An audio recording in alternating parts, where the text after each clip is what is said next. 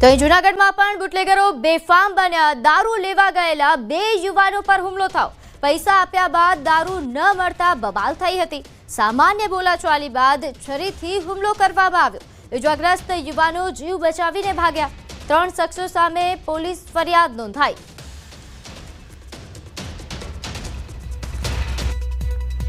ત્યારે હાલ દારૂબંધીને લઈને ન્યૂઝ 18 ના સવાલો કે ગુજરાતમાં દારૂની હેરાફેરી ક્યારે અટકશે તે સૌથી મોટો સવાલ છે। ઉપરથી બુટલેગરો બેફામ થઈ રહ્યા છે। કોની રહેમ નજર હેઠળ ગુજરાતમાં દારૂ ઘૂસે છે તે સૌથી મોટો અને મહત્વપૂર્ણ સવાલ। માત્ર ફરિયાદ નોંધીને સંતોષ કેમ માની લેવાય છે તે પણ મોટો સવાલ છે। ફરિયાદ નોંધ્યા બાદ પોલીસની કડક કાર્યવાહીના ફક્ત દાવાઓ થાય છે। ગુજરાતમાં દારૂની હેરાફેરી ક્યારે અટકશે તે સૌથી મોટો સવાલ। તો આ 2 દ્રશ્યો આપ જોઈ રહ્યા છો છોટાઉદેપુર અને જૂનાગઢના। છોટાઉદેપુરમાં કે જ્યાં દારૂની હેરાફેરી કરતા 15 જેટલા બુટલેગરો ઝડપાયા છે।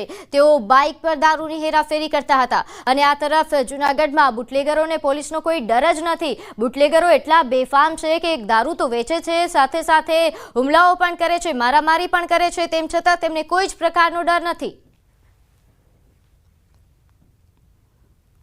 તો સુરતમાં સબ રજિસ્ટ્રાર 2.5 લાખની લાંચ લેતા ઝડપાયા। જમીનના દસ્તાવેજને ક્લિયર કરવા લાંચ માંગી હતી। કર્મચારીએ પગાર કરતા 3 ગણી વધુ લાંચ માંગી લીધી। એસીબીએ લાંચિયા કર્મચારીને રંગે હાથ ઝડપી પાડ્યો। તો સુરતનો આ લાંચિયો અધિકારી છે જે હાલ એસીબીના છટકામાં આવ્યો છે। આ કામના આક્ષેપી મહેશ કુમાર રણજીતસિંહ પરમાર, જેઓ સબ રજિસ્ટ્રાર સુરત 8 અડાજણ ફરજ બજાવે છે, તેઓએ પ્રથમ 3 લાખની માગણી કરેલી અને ટ્રેપ દરમિયાન 2.5 લાખ રૂપિયા એમણે રકઝકના અંતે સ્વીકારેલા અને તેઓ પકડાયેલા છે। દ્વારકા જિલ્લા એસઓજીને મોટી સફળતા મળી છે। ખંભાળિયાના માંજરા ગામે થયેલ લૂંટના આરોપીઓને મધ્યપ્રદેશથી ઝડપી પાડવામાં આવ્યા। વૃદ્ધાને બંધક બનાવીને લૂંટની ઘટનાને અંજામ આપીને આરોપીઓ ફરાર થયા હતા।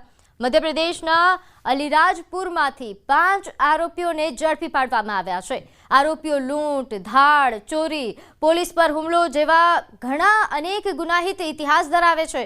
આરોપીઓને 168 ગ્રામ ચાંદીના ઘરેણા સાથે હાલ ઝડપી પાડવામાં આવ્યા। તો આ એસઓજીને સૌથી મોટી સફળતા મળી। લૂંટના 5 જેટલા આરોપીઓની ધરપકડ, મધ્યપ્રદેશથી આરોપીઓની ધરપકડ કરવામાં આવી।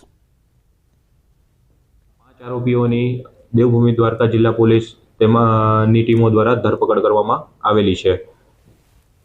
તેમજ આ ગુનામાં જે લૂંટ થયેલ મુદ્દામાલ હતો તે 100% પોલીસ દ્વારા રિકવર કરવામાં આવેલ છે।